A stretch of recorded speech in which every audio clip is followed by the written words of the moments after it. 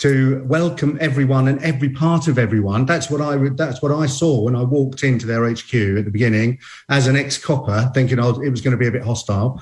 It was to welcome me and every part of me, even though I came from a policing background. I'm not going to go through all 10. But was digging up the lawn of Trinity College Cambridge respecting all? It's absolutely proportionate. We're in a do or die situation. It's not respecting, though, is it? It's not respecting.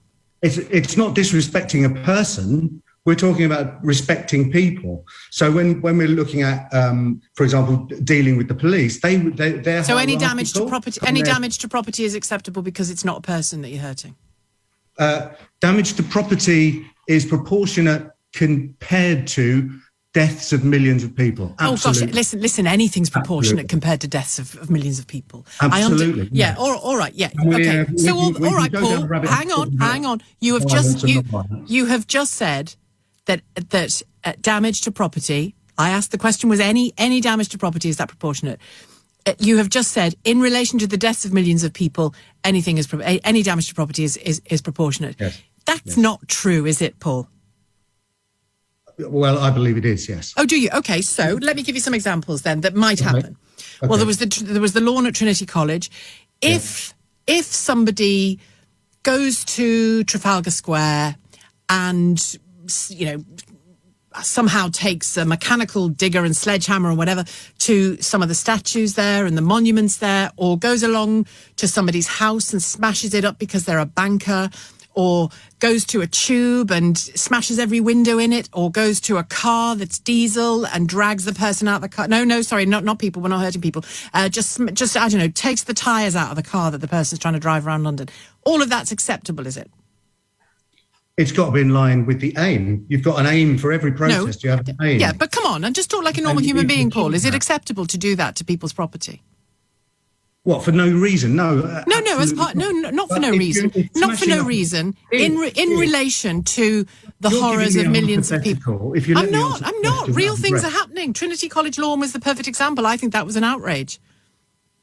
Well, if you think a bit of lawn is an outrage, compared to what we're facing. No.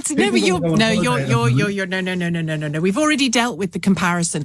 Anything is acceptable comparative to killing millions of people. I'm not. I'm talking about the moral choices being made by you and your members. That's all I'm talking about. This is an interesting conversation. If people want to discuss it, come along on this day. Oh, that's dodging it, Paul. You're dodging it. If this is what your meetings with Cressida Dick are like, then you are disingenuous. Just saying, come along in a couple of weeks and talk to me. I'm talking to you now, and you're not answering the question about where the limits are for Extinction Rebellion. It's a ridiculous question. Where are your limits? Why is it ridiculous? Because you don't seem to understand the proportionality of what we're facing. I do. I understand. I know it's. I do. Do you understand that every day that we procrastinate, every day that we continue to invest in fossil fuels, means not only thousands more people will die, but it also means it will cost us more to deal with it. Yeah, I'm not. So Paul, you're misunderstanding my position. Let me finish, please. When the government are saying that, I'm not sure if poor people can afford to pay for climate change, it's their decision who pays for it. Not, it doesn't have to be put on the lowest in society, the lowest incomes in society. That's a ridiculous argument. Paul, I think you're misunderstanding my position here. I think you're misunderstanding my position here. I applaud. All right, can I speak now?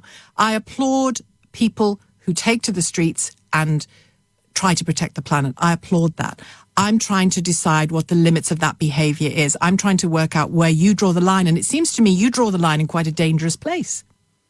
Absolutely not. Completely non-violent. We're always non-violent. Over 3,000 towards human beings.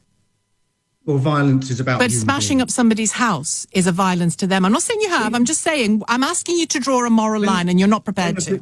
Okay, I'll tell you. When the brave women considered cracking a window at Barclays Bank because they invest the most than any other European funder in fossil fuels. When they did, they had 6 weeks of discussion to decide whether that was violent or not. That's the kind of depth they go into. And they ended up, and they actually came forward. They were all women, and they came forward and said, I cannot live with myself if I don't do something to try and make an impact. And you've got to respect that. 6 weeks of discussions as to whether it was acceptable or not. So we're not flippant about it. We're not careless about these things. And we really wish we didn't have to do it. We really wish the government were doing their job properly. All right. Thank you, Paul. Paul Stevens, Police Liaison for Extinction Rebellion.